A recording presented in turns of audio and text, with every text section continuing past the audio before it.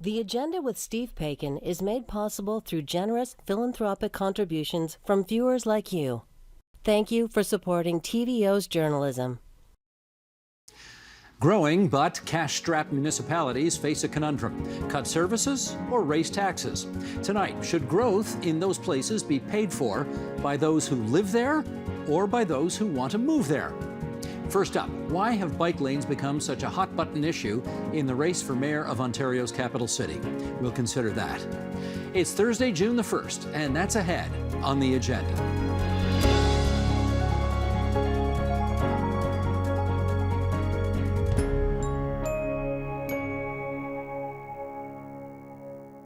There is a fairly solid consensus that congestion in the capital city is bad, terrible, and really not good.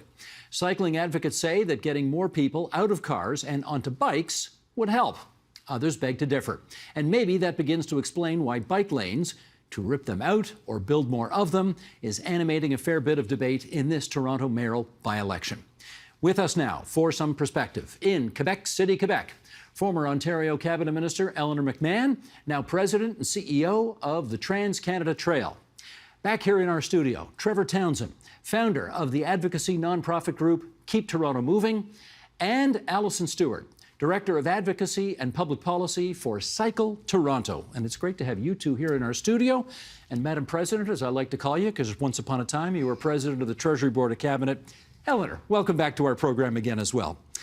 Alison, I want you just to take us off the top here through a handful of pictures that we're going to show to indicate the different styles of bike lanes that there are out there. So Sheldon, if you would, let's start to bring these pictures up. Alison, just give us a phrase on each one. What are we looking at here? Well, we're looking at a protected, separated cycle track. So you'll see from the concrete barriers and the Flexiposts that it clearly identifies and separates the space between the pedestrians on the sidewalk, the cyclists and people using the bike lane, parking to the left, and then your vehicle traffic. Gotcha. So that is really the gold standard. Next picture, please. Cycling. Okay, this one. This is another great example of, well, this is an example of a bi-directional cycle track, which is great. It separates, has one lane for both directions of cycling traffic. Cool. And it can be used to great effect. Okay, third picture, please, Sheldon. This is an example of a multi-use trail. This is the city's most popular down on Queens Quay. So you'll see different types of cyclists. You'll also have joggers and other people crossing the lanes. Queens Quay's down on the waterfront, for those who don't know Toronto. It is. Okay, number 4 here. And this is really, this is not... That's not really a bike lane at all. It's more of, they're called sharrows. They're used for good effect only as wayfaring. So there's a picture of a bicycle printed on the road, but you're right there with the traffic. Yes, exactly. And the idea is the sharrow is supposed to communicate to other vehicles on the road to be mindful and give space for people on bikes. And here's the last one. What's this? This is an example of a raised cycle track in construction. This, I believe, is on College, and it's really wonderful because it raises the bike lane to the level of the sidewalk. Great. So it's distancing you from the cars. Okay, so that's what we've got going on right now. Now, we're going to focus our discussion, most of it, on the capital city of the province of Ontario, because we're in the middle of a mayoralty campaign, and this has come up as a big issue. So, Eleanor McMahon, let me start with you. How well, in your judgment, has Toronto done when it comes to getting bike lanes put in? I think Toronto's doing very well. Better is always possible, Steve. And, as someone who started cycling advocacy during the previous one of our previous mayors, Mayor Ford, I've seen a tremendous amount of change in Toronto over the last 15 years, driven by the increasing number of people who want to ride, driven by some creative public policy and leadership at the political level, whether it's John Tory, who's a mayor that I worked with when I was in cabinet, and funding and public policy. I had the privilege of being in cabinet, as you mentioned, and as a minister, I led the investment of $125 million in cycling lanes and infrastructure in Ontario. $25 million of that went to the city of Toronto alone. The largest city in the country, that won't surprise you, and finding ways for people to get around safely and effectively was something that Mayor Tory led a council discussion on, and work progressed because primarily good public policy decisions were made, good political decisions were made, there was leadership there, and There was a purposeful focus on finding ways to make cycling more mainstream because of all the benefits, including the congestion benefits that cycling brings. Okay, very good. Let me get to Trevor Townsend now. You say you're not against bike lanes, but you may have a different view on how well we're doing. What's your take? Well, listen, we set up Keep Toronto Moving, Steve, not because we're against bike lanes at all, but we just feel that they're not being put in the right places. The reality is, if you look to the 2011 to 2016 and the 2021 census, we have about 1.5% to 2% of identified commuters through the census advising us that they use bike lanes to get to work and back. And so why we're putting bike lanes on some of the busiest streets in the city, like Yonge Street, like the Danforth, like Bloor Street, makes, to me, no sense. It's not good for cyclists, because why would you want to put cyclists on the busiest streets when there are alternative streets that cyclists could use much more safely? Alison, you want to speak to that? I sure do. So like people who drive their cars, the reason that there needs to be more bike lanes on busy streets is because those are where all the locations and destinations are. So what we found, for example, during COVID, one of the reasons why the city implemented Active TO, it was to provide alternative, safe transportation options for essential workers, many healthcare professionals. So for example, one of the reasons that the university bike lanes were implemented was at the request of doctors and health professionals that needed that safe way to get to it. And so whereas the success of our car infrastructure, it hinges on the fact that it's interconnected and across the city. And so just as we did when we built our system of automobility and built our roads and streets, we now need to add additional lanes for bikes to make it safer for people walking, taking transit, and biking. Let me put that to Eleanor McMahon. Eleanor, you heard Trevor say that only 1.5 to 2% of people who are commuting are using bike lanes, and there's a lot of infrastructure going in to accommodate a relatively small slice of the commuting public. What's your view on that? Two things, Steve. It's chicken and egg. If you build it, they will come. So basing our urban planning around current measures is not visionary, and it's not good city building and city planning. It's also not accommodating what people want. I have another survey to put in the window, and it's one that we did at the Share the Road Cycling Coalition, aligned with our Ontario Bike Summit earlier this year, in fact, just in April. And we did a study, and we did a poll of Ontarians, and a couple of important things emerged. First of all, over the last 10 years, the number of people riding daily has gone up fivefold. So now 22% of Ontarians are daily cyclists. That's close to 4 million people who are riding their bike every day, over 3 million people. And that's extraordinary. And those people want and need safe spaces to ride. I think as a society, we have an obligation to find ways for them to ride, to go to places that they want. And it's in our absolute interest to do that, because the bicycle that's beside you, or in front of you in some cases, ideally beside you in a protected infrastructure and bike lane, is the car that isn't. And more people getting out of their cars more often enhances affordability, enhances people's well-being, enhances economic activity, actually. And if we can find safe and smart ways to do it, as cities around the world are doing. I just got back from the Global Cycling Conference, Velocity in Germany. So I guess I'm inspired by cities all around the world that are doing exactly what Canada is trying to do. And we are making some progress, but more needs to be done. And I would say that since 40% of our trips in Canada are under 10 kilometers, and indeed 30% of them are under 2 kilometers, most of our daily trips are doable by bicycle. And we can start to think of converting those trips and making infrastructure a primary way to invest in, so that we can engineer that. Okay, Trevor, I see you busily taking notes, so what do you want to respond to there? A couple of things. Alison touched in her answer about convenience. It's not convenient for cyclists, and so they should have access to the major arterial roads to get to shops and businesses. The reality is that we're talking about safety here, and putting cyclists on the busiest streets, arterial roads in this city isn't safe for the cyclists. It isn't safe for commuters in cars who are trying to access, especially at intersections, across these bike lanes. Pedestrians, senior citizens, people with accessibility issues. What I'm hearing from Torontonians, not from other global cities, but people in my neighborhood where I live, is that these bicyclists, that these bicycle lanes, especially the dedicated bicycle lanes, are really dangerous. And so I would suggest to you that here in Toronto, we did, before we got Keep Toronto Moving, which is the organization I'm with, that I set up. Before we got this organization established, we went out and did some polling.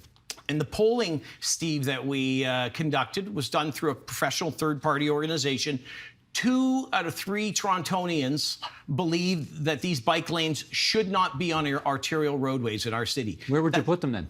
To streets adjacent, which are not as busy.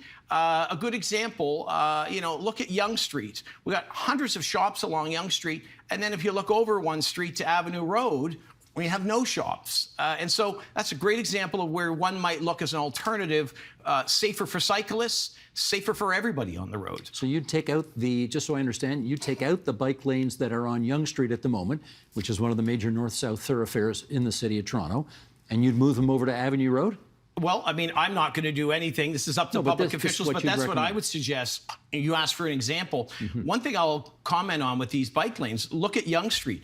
When the subways go down, we have all of our commuters trying to get to North Toronto stranded, and it happens all the time. It happened, I think, yesterday afternoon. Okay. And people are stuck. It's not the right place. And so what we're advocating is that biking is fantastic. We like biking. In fact, many of our supporters are cyclists. But what we would suggest to you is that we need to do a rethink here. And the problem with the policy, as I see it right now, is that the City of Toronto Transportation Department, the data that they're using, Steve, to justify these bike lanes is flawed data. It's not data that's... What's wrong with it? Well, a good example on Yonge Street. Do you know that to justify the bike lanes on Yonge Street last year, in 2022, from January 1st to December 31st, guess how many days the data that they used was to justify the bike lanes? Sorry, say again? 18 days of the year they collected data to justify bike lanes. They didn't collect data between November 1st and April 30th. And they didn't collect data from May 1st to the end of October. They didn't collect data on days when there was precipitation. And they didn't collect data when the weather was seasonally above what it should be or below what it should be. Okay, let me get Allison in here and maybe speak to his point that Yonge Street has a lot of action on it, a lot of activity on it, a lot of shops on it, and it's perhaps not the best place to take a bike lane out. It would be a better place to take the bike lanes out and put them more on Avenue Road, where there are fewer shops, fewer retailers, and better thoroughfare. That's the argument. Well, as a counter-argument, one would say, why do we have vehicular traffic on Yonge at all? Because you have one of the longest and most important subway systems along Yonge. Having bike lanes are needed on Yonge because of all the shops. So, for example, I'm going to step back to the city's first complete street, and that's Bloor West.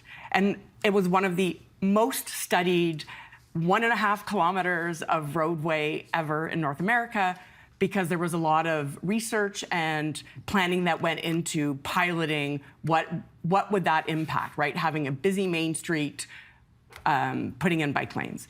And what they found was actually, and this across the world studies, business owners overestimate the number of their customers that come to their business by car. And so what we saw with Bloor Street West is just 9% of the people that actually visit the area and spend money are car drivers. And that percent remained the same both before and after the bike lanes were added. Can I tell you what I thought you'd say? What? I thought you were going to say you can't put bike lanes on Avenue Road because people drive 70 and 80 kilometers an hour on Avenue Road, and it's too dangerous. Whereas on Yonge Street, because it's so much traffic, you really can't go any faster than 20 or 30 or 40 kilometers an hour. And that is definitely important. But for example, one of the reasons that, for example, currently biking on an arterial road, and Avenue Road is essentially an arterial road dividing our city in the downtown, if you build safe infrastructure, like some of that safe and protected bikeways, you will make it safer. And also, but here's what I'm going to say on that point, if you will. if I heard the beginning of your answer, you were basically suggesting we shouldn't have cars on Yonge Street. Why do we have cars on Yonge Street, if that's what I heard you say? And that to me why is not fundamentally. ask that question? Well, if you're asking the question, it's because you want people to think about whether or not we should have cars on Yonge Street. And so Torontonians have to decide. Cycle Toronto, which is a fantastic organization and does a lot of good work, Thank you. is advocating that we need to ask ourselves if we should have cars on Yonge Street. And I will ask you, so if you are retired and you're a senior citizen and you don't have the physical ability to ride a bicycle, if you're disabled and you don't have the ability to ride a bicycle, if you are somebody who has a young family, 4 children, you're a mother at home and need to get to places, you're advocating that Yonge Street should not have vehicles for people to get through. That's what Torontonians have to decide, because that's what Cycle Toronto advocates are pushing. Well, and hang I on think a minute. it's really important. Hang on, I got to go to Eleanor out of town here. She's been waiting patiently. Go ahead, Eleanor. Yeah, that's not what she said, by the Yeah. way. So Trevor, let's step back a huge bit here. So I don't think any of us are advocating that we should get rid of cars. Although I have to say, having come from the Velocity Global Cycling Conference, where cities around the world, commercially successful cities, by the way, Trevor, that have thriving economies, are removing cars from their downtown spaces. By the way, that's not what we're advocating here. And having been inspired by those examples, Brussels, Paris, and the mayor of Paris has, indicated recently that they are spending hundreds of millions of dollars investing in cycling to get people out of their cars and to give them that option. It is a chicken and egg thing, because if you don't give people the option to take anything else in their car, then that's what they're going to do. Trevor talked a moment ago about how the subway had trouble and it caused traffic congestion. Imagine for those short trips, and I mentioned a little while ago that 30% of our trips are under 2 kilometers, 40% of our trips are under 10. Since most of our trips are short, imagine if people had the option to ride their bicycle, to walk, to take transit more extensively, then they would choose that. Then you wouldn't have the kind of congestion that you do. What I'm advocating, but hang on, if I can finish, please, if I can finish, I have the floor. Thank you. Go ahead. I would appreciate that. What people are telling us through our polling, by the way, when we asked Ontarians, over 50% of them said they would love to cycle more. But you don't see those people on the road now, Trevor. And the reason that you don't is over half of them also said they're too afraid. And the number one reason that's going to get them out of their cars, which is something that most of us want, because it helps the economy, it helps our climate, and it helps the public health and well-being and the commercial activity of our cities. Every single study that I have seen around the world shows that, including Times Square in New York, when you remove vehicles, the commercial activity escalates dramatically. Okay, let me get Trevor in here. Okay, so Eleanor. thank you very much. People want to stop and shop. Okay. Go ahead, Steve. Go ahead, Trevor. All right, so listen, I can't help but notice that a lot of what you speak about is in Europe and in other cities around the world. And I just want to, if you will, I have the floor. If you will, I have the floor to use your words back to you. Yeah. What I will suggest to you is that we live in a northern climate. Okay, in Toronto, and this climate is not Paris, it is not Amsterdam. Look, there's absolutely a place for cycle lanes in Toronto. It's not on the major arterial roadways. And I will just comment something else that's been brought up: the businesses. If you go and speak to businesses where these cycle lanes have been introduced, and there's some market research poll that will be coming out within the next couple of weeks. 2/3 of the small business owners, so I'm not talking about banks, I'm not talking about government agencies, I'm not speaking about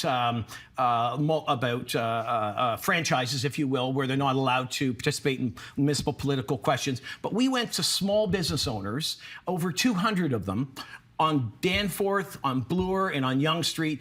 And 2/3 of those business owners today are against having the cycle lanes. Why? Because their sales have dropped dramatically. And so, because of that? Because of the cycle lanes. Because people no longer want to go onto those streets because they're so mired in congestion that they've decided they'll go elsewhere. Let me get Allison's take on that. Sales down because of bike lanes in. Well, no. And actually, what we've found, and in studies here in Toronto, is that actually sales have increased. And that one of the benefits, most of the people that are shopping in those local areas come from transit, from walking, and from biking. They visit the area more often, and they spend more money. Do a fact check here. Were sales down because we got COVID, and are sales up now because COVID's pretty much over? Okay, so that's what I'm wondering, So- the so then, value for of all this. example, so before COVID, when, for example, and I'll refer back to one of the first really studied streets, we're looking at Bloor West and Danforth. And so they took a look at the two areas. It's the Monera study you're referring to. The Yes. Monera study was done in 2016. But I would like just to take a step above, and I understand that people get really emotional. Right now, nobody is well served. If you talk to people who rely on driving, if you talk to people who rely on transit, if you talk to people that rely on biking and walking, none of us are well served. And that's because our city has grown exponentially over the past 20 years, and we haven't made the adjustments to our infrastructure. And so, for example, when we talk about bike lanes, we shouldn't just be talking about bike lanes. We're talking about complete streets. We're talking about ways to provide more sustainable, healthy options that are more everybody to accessible share for the road. everyone. But back onto the businesses. Sales are down. Well, I'd actually like to mention one of the comments that Trevor made about people with accessibility. So when we talk about people that face accessibility, disabilities, and mobility challenges, well, one, those people aren't a monolith. As humans, we all experience levels of disability. I know many people that actually are able to get around by biking because it's more accessible to them. And the advent of e-bikes has really increased the ability for people to get around. So whereas the city's transformed TO target of achieving 75% of all trips 5 kilometers and under through active modes of transportation like biking and walking and taking transit, that is absolutely attainable on an acoustic bike, but when you add Allison, e-bikes, you are making it even easier. So for people But who- Allison, I mean, you're talking about e-bikes. I can't think of a better example of a disaster in the city of Toronto than what we're seeing with e-bikes. I don't know anybody. I don't know cyclists. I don't know anybody out there who feels the e-bikes are well serving this city. And you know, I'd like to find a 70-year-old who you go out and show me. And this is an aging city, by the way. So we're only getting, people are living longer, and those people have a right to get access to businesses. So look, if you were to put a cycle lane on adjacent streets, a dedicated cycle lane, a safe dedicated cycle lane, which is a good idea, but put them not on the busiest streets. Put them on streets where, yes, they might have to jaunt over a block or two to get to the store they want, but you're not creating enormous manufactured congestion. Let me put that to Eleanor. Eleanor, what's wrong with that idea? I think it's a point of view, and I'm respectfully disagreeing with Trevor, I guess, in every sense of the word.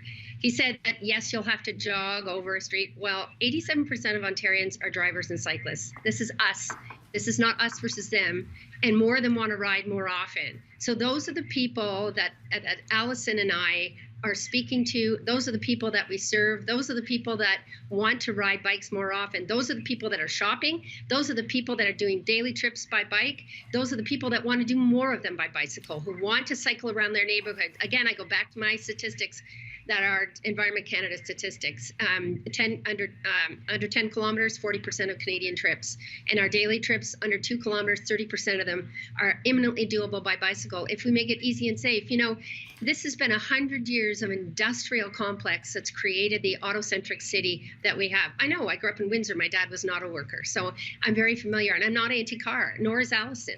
This isn't a polarizing conversation. And when we get into public policy conversations about cycling, one of the regrets that I have is we end up being car versus bike. That's not what this should be about. But Okay, it should Trevor, be do about, it should be about data. It should be about data. And the data is flawed that's being used to put these bike lanes in. That's the problem. Hang on a second. That's an opinion that you are allowed to have, but it is a opinion. It is not opinion that I share, nor is it an opinion that Allison shares. So that's okay. For us to make progress, we have to disagree to agree to disagree on some of these things.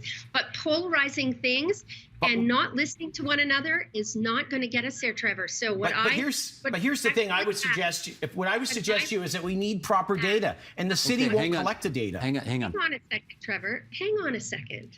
We've been respectful. So, you know, we're all in this together, Trevor. That's the overarching message here, is that, you know, my husband was killed by a careless driver on his bicycle. I started an organization to make cycling safer, more convenient, easier, and I rode a wave of increasing cycling around the world, in North America, in Canada, in the United States, Trevor. So one of the conversations I had with John Tory early on when we met was he's competing for jobs with Chicago, Los Angeles, Boston, all of these cities, New York City, moving towards a more bicycle-friendly landscape because the next generation, Trevor, is not driving. The current generation we need to think about. Elderly Canadians we need to think about 100%. And by the way, those are the fastest growing consumers of e-bikes, are elderly people. So, and you know, that's global. So I'm convinced, Steve, that despite sometimes polarizing points of view, that we can get there together if we think about what kind of city do we want, and if we're creative and thoughtful, and yes, if we continue to use evidence to guide us. And I think that's important too. Let me try this with you, Trevor, if I can. And that is that we know this city is growing exponentially, right? The immigration targets across Canada, and we know in a couple of years' time when 500,000 people come here, we know that a lot, you know, I don't know about the majority, but a huge chunk of them are going to settle here in Toronto. They can't all drive. Nope. There's not enough room on the roads for everyone to drive. Would you agree that we need to do a pretty major uptake in bike infrastructure in order to give people more options so we don't have more cars on the road? Well, listen, the city has allocated almost $250 million towards bike infrastructure. In the next 10 years, I think next 8 years, there's another 180 million still to go. I think they've sent about 60 million so far. And they've made great progress. But the question I think you have to ask yourself is how and where we put these bike lanes is the issue. And the data that the City of Toronto's Transportation Department has collected is flawed. And the data that is being used to justify these bike lanes is not correct data. We need to go out there and gather the proper data. We need decisions made on a rational data basis. And that's not what we're seeing right now. Allison. Well, one, I would like to say and really applaud the city staff at Transportation Services have done an amazing job collecting and analyzing data. But one of the programs I'd really like to draw everyone's attention on, because it's providing data and demonstrates that there's a latent demand for people discovering bikes, partly thanks to Active TO, Rapid TO, Cafe TO, reasons to get out and rediscover their spaces, and that's Bike Share Toronto.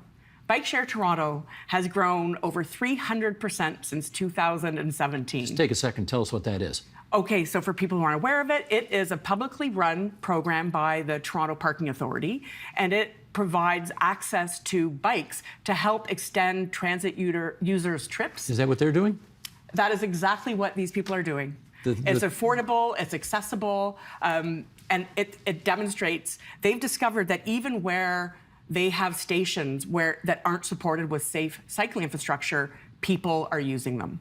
And so, for example, thanks to Bike Share, we now know, for those that don't think that cycling in Toronto is a year-round activity, I myself am a year-round cyclist, Bike Share late October, they had more users than they did in August of the year before. So it's growing. It's growing. But on that, we're down to our last 30 seconds. I'll give it to you. Yeah, Go ahead. sure. 1.4% of Torontonians commute to work with bicycles. Those aren't my numbers. That's Stats Canada, and those were the numbers in 2011, in 2016, and 2021. So when we talk about build infrastructure and they shall come, so far in our own backyard here in Toronto, it hasn't happened.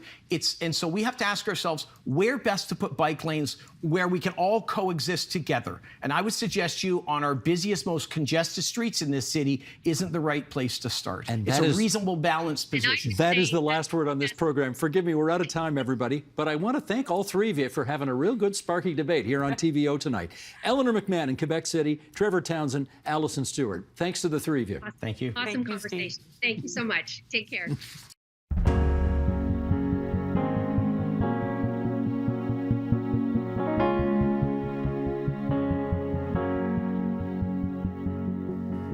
The good news story is that Ontario cities and towns are, on the whole, growing. The tricky part, however, is that growth means investments in infrastructure, services, planning, and so on, and those cost money, oftentimes big money. Where should that come from? Those already living in the community or those soon to arrive? Put another way, should property taxes or development charges foot the bill for expansion? Let's ask Marianne Mead Ward. She is the mayor of the city of Burlington. Ian Underwood, CEO for Habitat for Humanity, Greater Toronto Area. Adam Found, manager of corporate assets at the city of Kawartha Lakes and a research fellow with the C.D. Howe Institute. And Alex Beheshti, urban planner and land economist at Altus Group Economic Consulting. And it's great to have the four of you here at our table tonight at TVO. I always have to do this full disclosure thing before we get started. In the interest of full disclosure, I like to point out that my brother is a home builder who actually is a constituent of yours. He is. Lives in the city of Burlington. Is he doing any work in the city? I don't even know. Nah, just a couple of, giant 1,000-unit buildings. Is that seriously? No, he did one of that scale. He yeah. did. It was quite a. So he does some business in Burlington. A little bit. Okay, so Yeah. that's out there now in the interest of full disclosure for everybody to know. There is, as we suggested, a prevailing idea in municipal governments and among urban planners that, quote unquote, growth should pay for growth. Let's start there. What does that mean? Well, it means that all of the things a new community needs, that includes the sewers and pipes and water, as well as community centers, more buses, all of what comes with new population should not be completely on the backs of existing taxpayers. So growth actually never fully pays for growth, by the way. There are discounts built into the Planning Act. But we think that there should be a share of growth that is built into the cost of every new unit of housing, so that when you reach that tipping point of, oh, we've just got just enough to build a new community center, guess what, you developer, you get to foot the full bill. Instead of that, we plan ahead and we put a portion of that onto every new unit, and it still doesn't pay the full cost. So But you it's support shared. that idea. Absolutely. You support growth should pay for growth. It should pay for growth. It doesn't pay for growth, but it contributes. We'll say it does contribute and should continue to contribute. Adam, what's your view on whether growth should pay for growth? Absolutely. It's a principle that I think a lot of municipalities agree with. And I think it resonates with the public, and not only with the public, but also with economists like myself, who think that those who use should pay. Ian, what do you say? I think on the resonates, intuitively, it makes sense. Growth should pay for growth. The issue becomes, what is growth? Where are the boundaries of that? So our reality is, certainly in the City of Toronto, development charges to pay for growth went up 600% since 2009. Property taxes went up 30%. Revenues coming in from other governments probably didn't move. So did we find the right sources of funds to pay for that growth? Sounds like you think no. I've got a qualified answer. I look forward to talking more about it as we go forward. You sure you're not in politics? Maybe. Okay. Alex, what do you say? Growth contributes 2 times over. First, in its upfront fees that it pays to municipalities, as well as ongoing property tax contributions and so on. As cities grow, they become more prosperous. If growth didn't pay for growth, cities wouldn't become more prosperous as they grow. Well, who's actually paying for growth right now, if you break it all down? We all contribute to growth in different ways. To break it down is very complicated. I'll try to make it simple. We provide fees for various types of goods and services that municipalities provide us, whether it's through development charges, community benefit charges, or through parkland fees, as well as other fees such as inclusionary zoning, rental replacement, HST, land transfer taxes. So the new development does provide a lot of contributions, both to municipalities and to other levels of government as well. And then on top of that, it provides ongoing land value uplift that provides property taxes that municipalities can use for their various purposes. I asked a very simple question, and you gave me a very complicated answer. So it's complicated. Yeah. Can I jump in Please. on that Sure. really quickly? So your comment that if municipalities weren't prospering with new growth, we'd see that. Well, actually, every year in Burlington, we get about 1% or less of assessment growth. That's new taxpayers. Those are the folks that you just mentioned, the new ones moving in. And yet, in order to pay for all the infrastructure and the needs of our community, we have had to consistently, really over the past 10 years, raise taxes between 2% and 4%. So those new taxpayers don't pay for all the services. It's also one of the reasons why we needed a new fiscal relationship with the federal and provincial governments, which we're working on. Which is a separate show. Which is a separate show. Have me back. Yes. But it, not only do those charges not initially pay for growth, over time you're still having to raise property taxes to give communities the amenities and the services that they need. What does it do to the price of a home when, for example, a municipality puts development charges on new surveys? It could go a number of different ways. So we know that development charges make municipalities able to bring forward new infrastructure, capital works that are required by growth. And we also know that that infrastructure is valued by the new residents and the new businesses that come to the municipality. And so it's because that they value those services that they're willing to bid more for property, for housing, and things of that nature. So it's in that sense that development charges find their way into the price of housing. It's not necessarily because it's developers that have to pay the charge, but it's more about what is the value of the services that are being brought to bear, and how much are new businesses and residents willing to pay for those services. And Madam Mayor, as you look at it, if, let's say, there's $140,000 per unit of development charges on new homes, we'll just pluck an average number out of thin air here. Do developers take a $140,000 haircut when they sell that house, or do they just up the price of the house by $140,000? They just up the price, and that is why the removal of development charges is not going to solve our housing affordability crisis or have one more person who's not in the housing market be eligible to buy a house. That the market will determine the cost of that house. And so if we cut development charges, all you're doing is hurting municipalities' ability to pay for things, including those new residents, and not actually reducing the price of the house, because that'll get bid up whatever the market will bear. Okay, come on in here. So I think we have a challenge of where we are today, because I would contend that we have made mistakes in the past, which we now all own and inherit. And at the moment, I'm going to pick on the City of Toronto. The City of Toronto's property taxes continue to be proportionally the lowest in the entire province. And we see the City of Toronto having all kinds of issues and coming apart at the seams that our candidates for mayor are talking about right now. Meanwhile, we had this massive growth in the price of homes in the City of Toronto. And research does say that when you have development charges, when you put HST on new homes, that has a ripple effect into all homes in the market. So we have a problem that where we are now, there may be these one-time, there are adjustments as you start adjusting these costs. But I think there's no debate that the layering on of all these costs, as you said, HST, LTT, development charges, is part of why we have a situation today where young people and newcomers to this region cannot afford an adequate place to live. And why people like me who have owned a house for 25 years have benefited from years and years and years of low property taxes. So our difficulty is we've made mistakes in getting here. We should not have had property taxes moving so slowly. And I would contend we should not have layered as much into our development charges. How do we get to, and we should have had more support, as you have signaled, from other levels of government in our major urban centers. But having said that, if let's say, whoever becomes the next mayor of the City of Toronto were to come to you and to say, you know, Ian, you're right. You have been paying a disproportionately low share of property taxes for the last half century, and as a result, we're going to up your tax rate by 40%, which won't even, frankly, raise that much money, all told, and will still leave us with probably a $800 million shortfall in the city.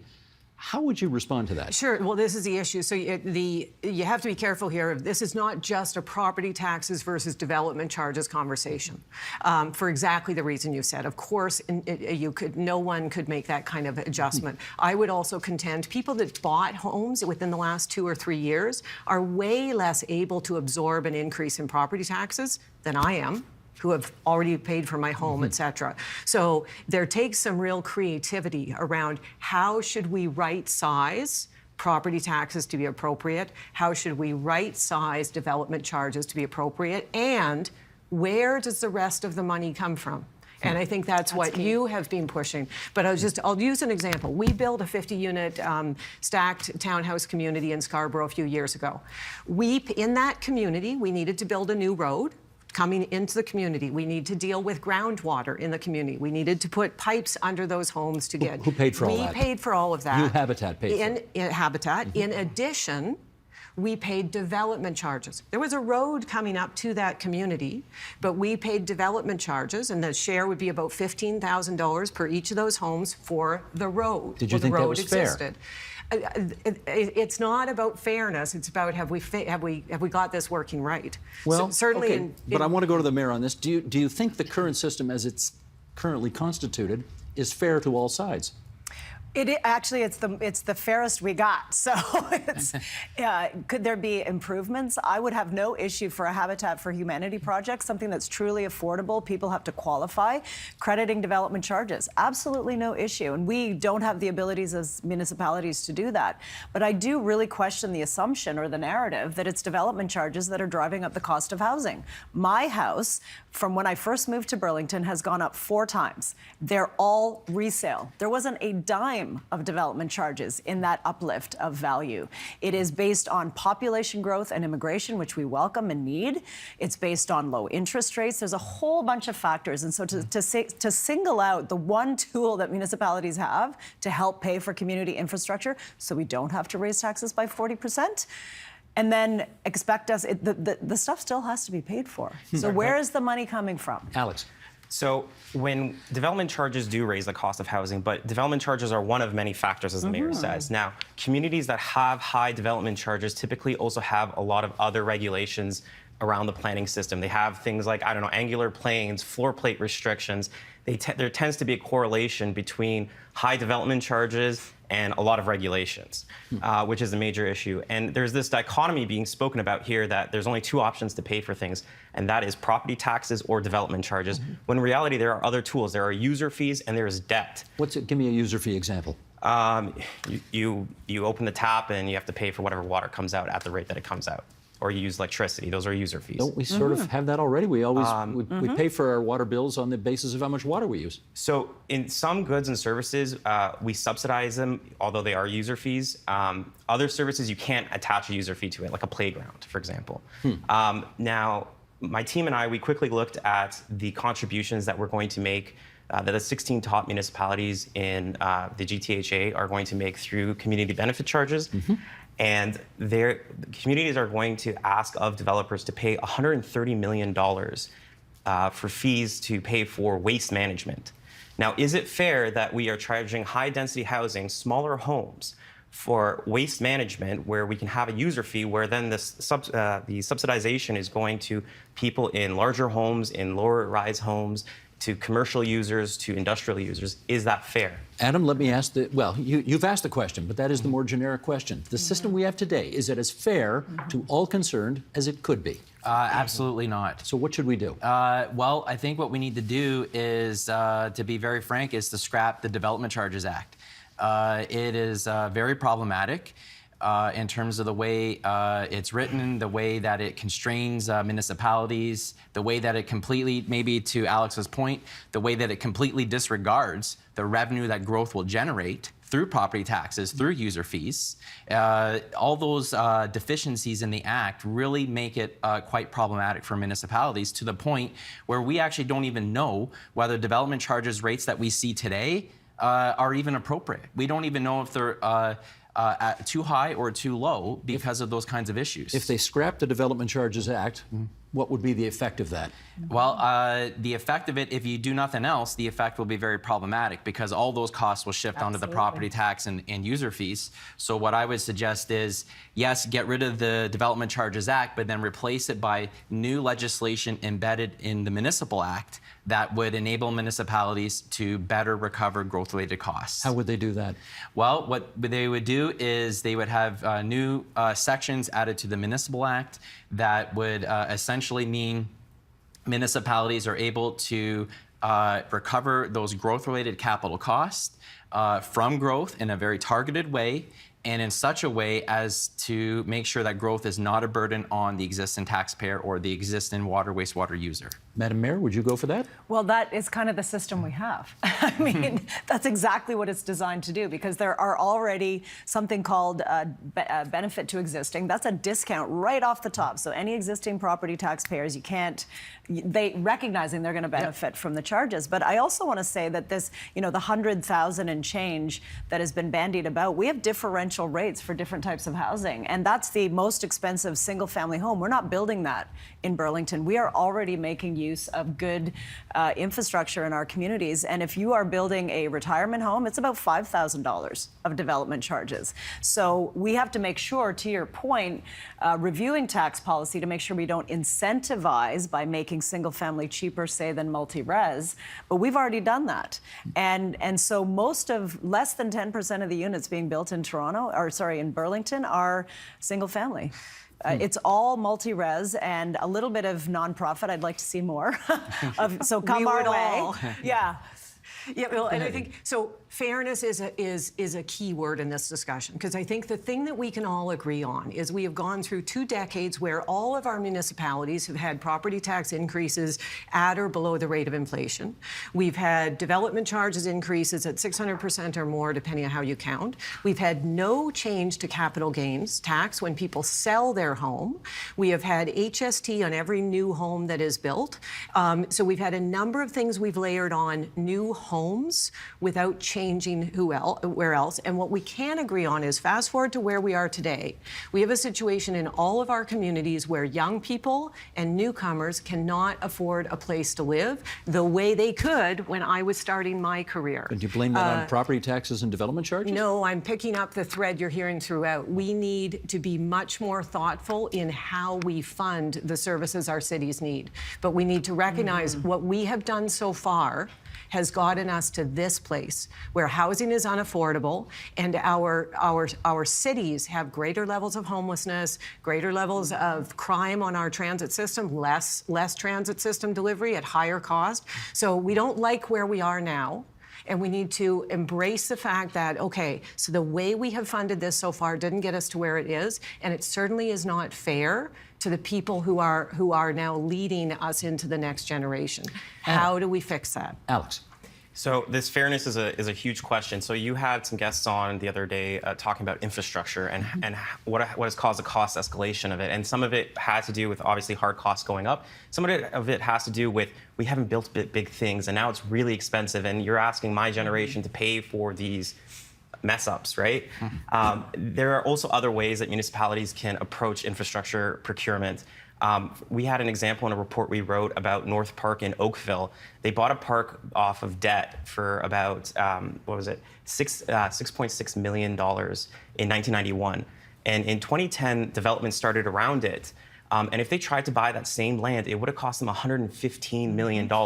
So you have to make sure that your procurement strategy is part of the equation with your development charges. Now, development charges, it can be used to pay back debt, but municipalities have been awfully risk averse. Just for the viewers' own knowledge, municipalities cannot have debt on operating costs, but they can pick up debt on CapEx or capital expenditures. Yeah. All right. Let me ask one of those, Adam, sort of from 30,000 feet, kind of airy-fairy philosophical questions. Is growth intrinsically good? Yes, I think that it is. And like a lot of good things, it can sometimes come with challenges.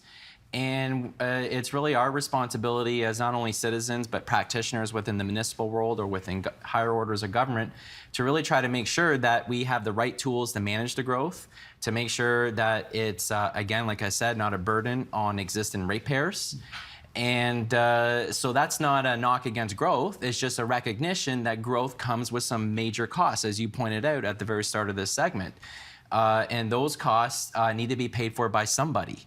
And so I think the fairness question is really about, well, who should be paying those costs? And again, the principle is to go to 30,000 feet, as you suggested, the principle is those who give rise to the cost should pay for the cost. And I think that resonates with not only municipalities, but with just regular residents. Well, I asked the question because I'm willing to bet that there's a huge chunk of people in your city that don't think growth is intrinsically good, that they love Burlington the way it is right now, and they'd be just very happy, thank you very much, if there was no further growth to Burlington. What do you do with that? Well, what they're seeing is growth in housing only without thinking about what a complete community is all about.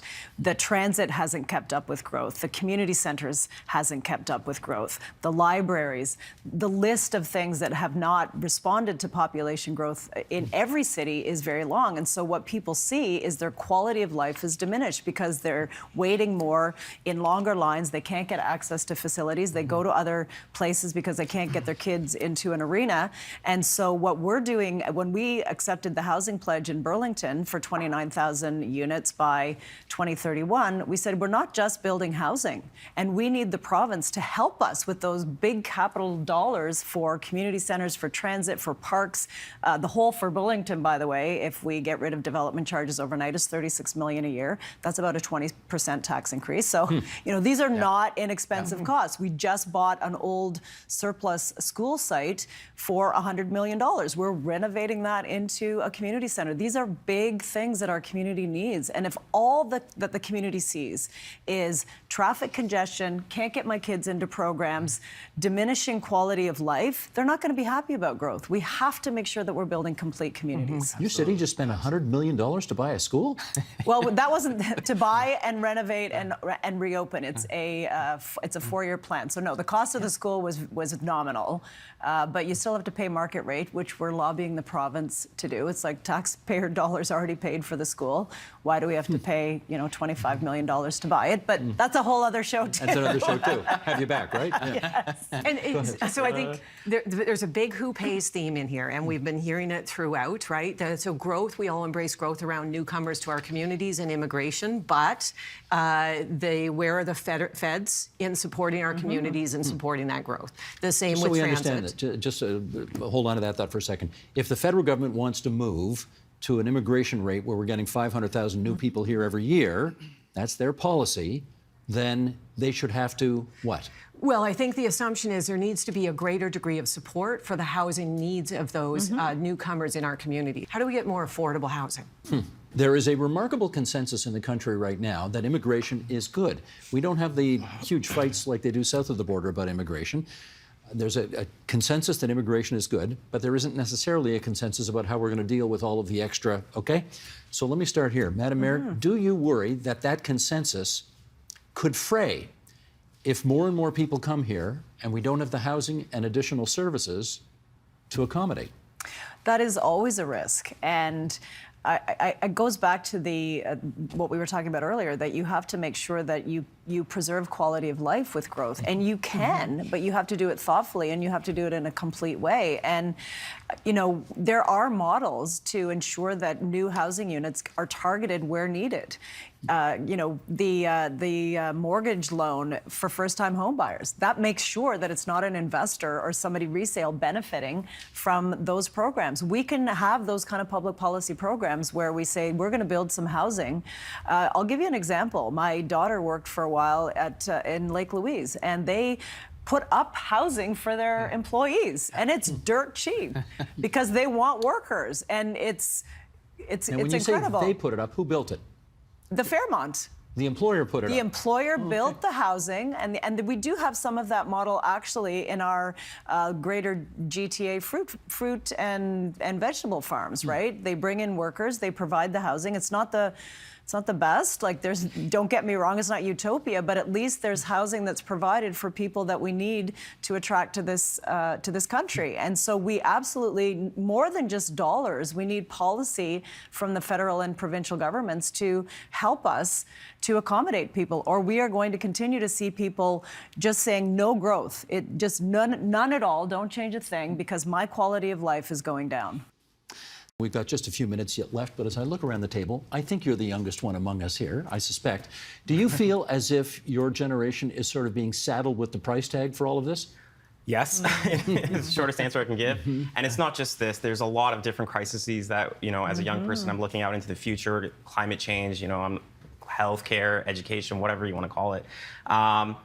You hear this rhetorical statement, the market can bear it, the market can bear it, right? And, we already understand we have a massive housing deficit, an existing one and then one that's going to grow into the future. So I think people understand we raise development charges and we make the planning process a little bit more complicated, but there's all these towers and these cranes out there, but they don't see all the ones that weren't built. And I think a lot of people my age, if they asked you, well, the market isn't just developers and producers, it's consumers. And they would say they can't bear it anymore. Your worship, how do we get out of this? What do we do?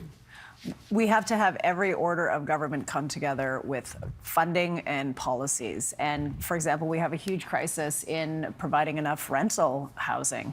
People are getting rent-evicted, and there's just simply not enough of it. And people aren't building purpose-built rental because guess what? The federal and the provincial subsidies and policies and incentives back in the 70s, when we got a whole bunch of great towers built in Burlington where our best rent is, those evaporated. And so government has the ability to steer the kind of, to incentivize what we want with proper revenue, incentives, policies. Killing development charges isn't one of them. No. That just creates a giant hole that has to be paid. But for the kinds of housing that we want, the assisted housing, the truly affordable that's pre-qualified, not just some nefarious definition, there's no municipality that would say no to that because that's a fraction of what we build. It's a fraction. Yeah, I'd like to pick up on that, Steve, if I can. In 2019, the Municipal Finance Officers Association of Ontario, of which I'm a member, conducted a study to look at development charges and their share of housing prices. And the range they came up with is 5 to 7%, which is pretty nominal in the grand scheme of things. And all those taxes that Ian was talking about, HST, land transfer tax, all those other burdens actually add up to a lot more than what development charges do. So really at the end of the day, the development charge is actually a small piece. So even if they're totally abolished, it's not going to solve this problem, especially if 500,000 new people are going to come to this country every year. It will definitely not solve the problem. And in fact, what it will do is create a huge problem for municipalities who in turn will respond in two ways, and I can guarantee it. First, they're going to say, we can't build the infrastructure then to bring the growth. Yep. The second thing they're going to say is, we're not willing to approve as much growth.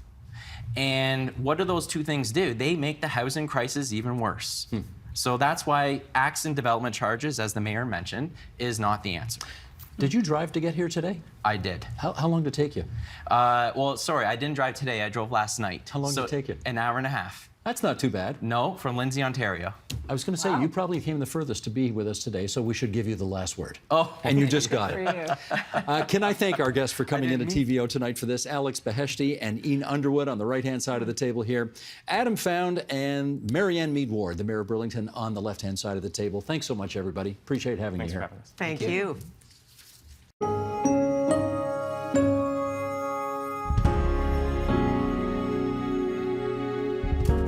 And that is the agenda for Thursday, June the 1st, 2023. With major forest fires burning out east and out west, tomorrow, Nam Kiwanuka looks into how prepared Ontario is should firefighting of that scale be required here.